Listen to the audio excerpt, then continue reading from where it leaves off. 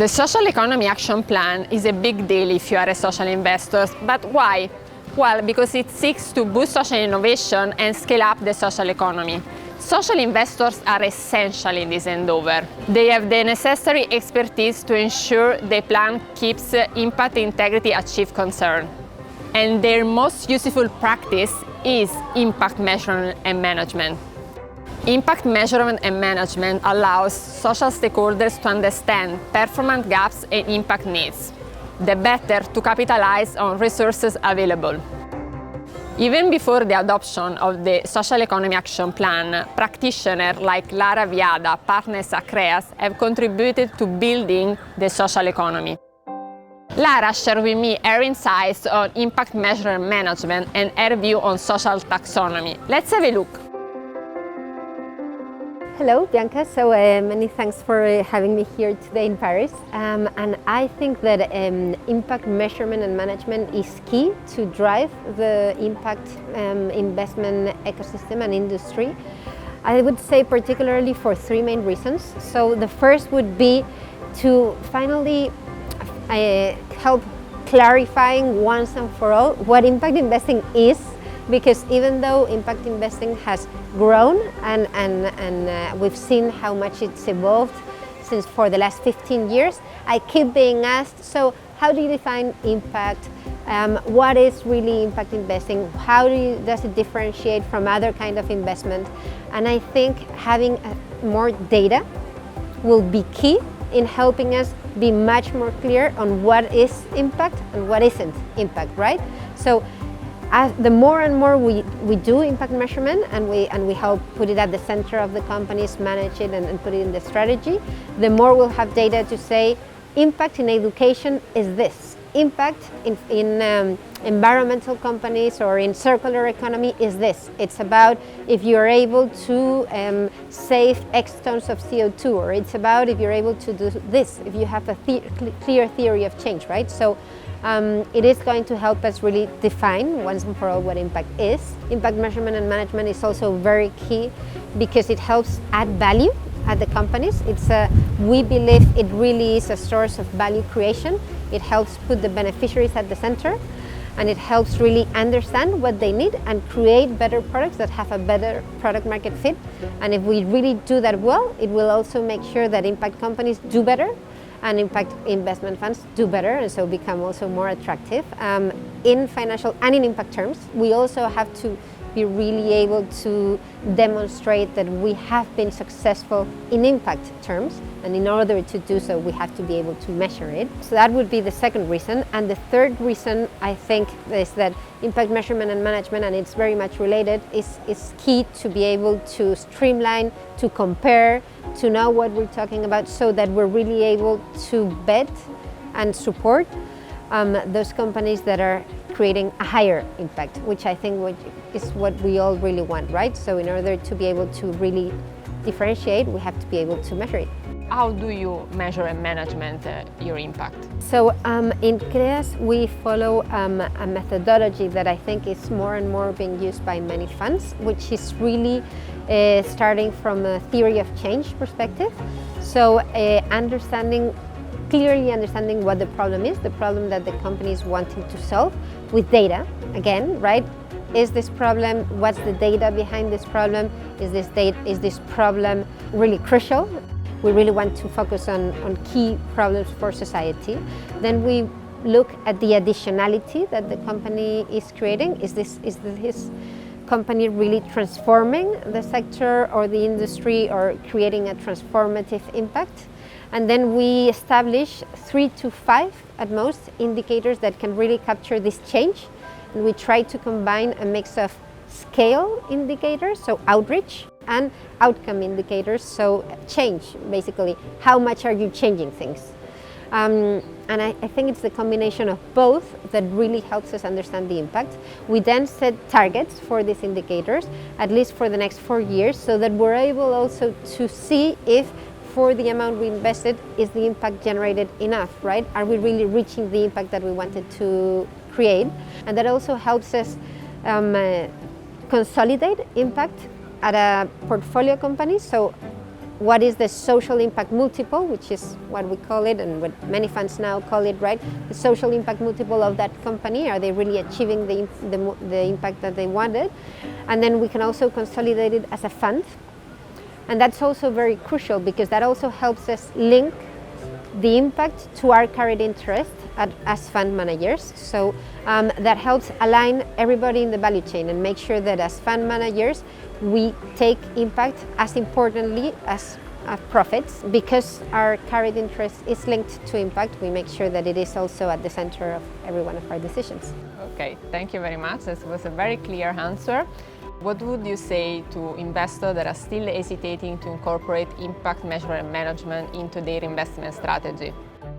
For us, impact has become a clear source of value creation. We deeply believe in this concept of the impact alpha, this idea that impact creates a higher value.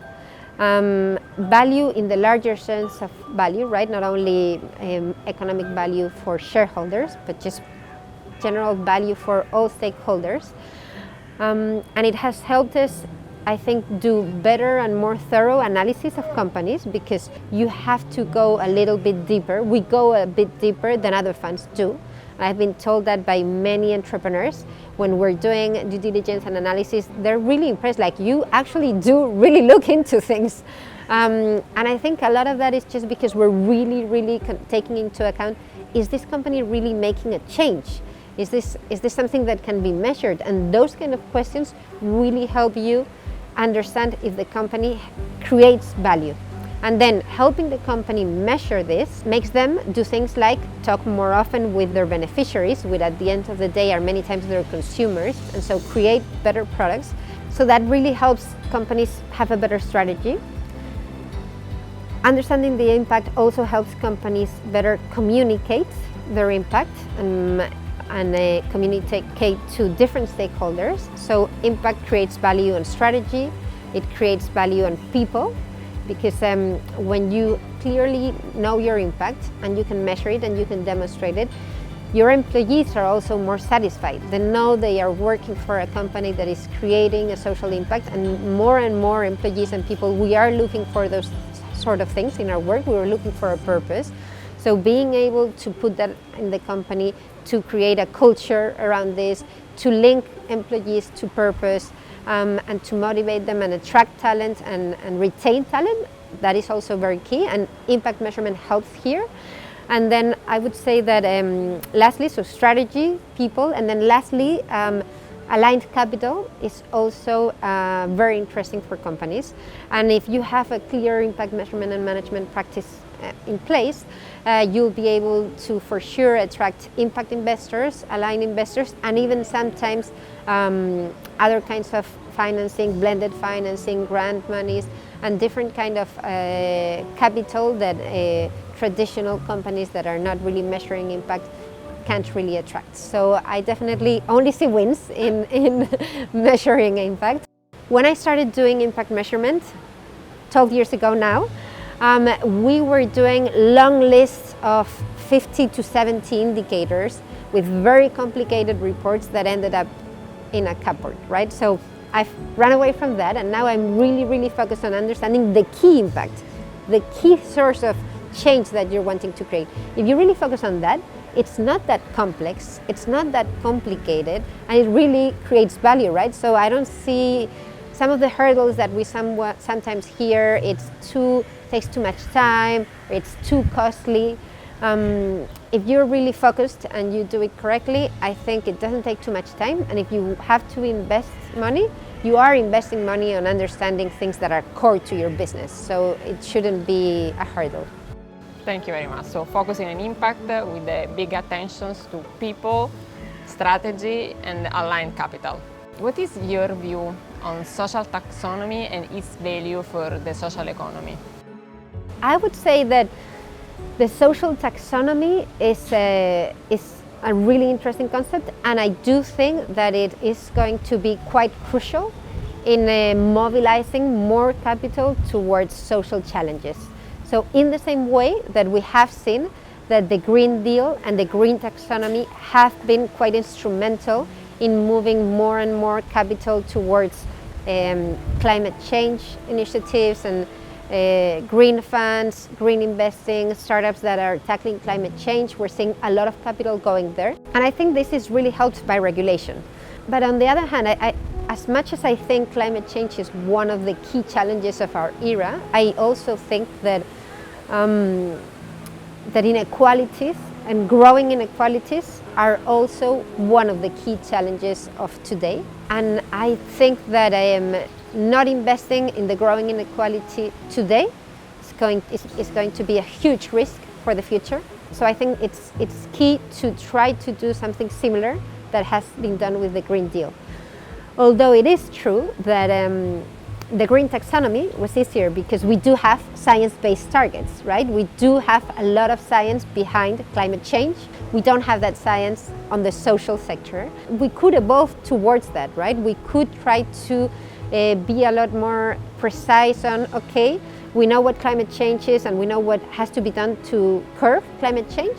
We know what inequality is and we know what poverty is. Why can't we, in a sense, also agree on what needs to be done and what specific targets we need to curb this, right? In a way, those are the SDGs, but it is true that sometimes the SDGs are too global, too macro, and you need to put them a little bit more on a national perspective, and the social taxonomy could help that. So it could help first, obviously, help attract more capital, which I think is key, and also help, like we were saying before, right? Impact measurement is key. More and more we're going towards standardized data so we can compare, know what's better, know what works best, and the social taxonomy can create a common language for everybody. Another interesting part of the social taxonomy is that I do think that we need blended finance here. We still need support from government money, and we need more patient capital because social problems take longer to solve. And so that would also be helpful. And just to finish here, I think the link between the taxonomy and other regulations, like the Social Finance Disclosure Regulation, right, the SFDR, are key to, have been key or will be more and more key to move capital towards these investments. But I do think that the SFDR, although it has been a great step forward, I do think that it might not be as clear as they might be willing for it to be, right? Because at least in Spain, what we've seen is that you have many articles that go on the deepness of the impact that you want to generate, but they stop at Article 9. We have seen a lot of funds being registered as Article 9. Many funds, for example, that invest in the stock markets. And although there is a lot of impact to be created there, I think it is important to differentiate when you are just investing trading or when you're really investing for growth, when you're going more early stage, when you're taking a higher risk, when you're really investing in things that are transforming, that are innovating, that are changing.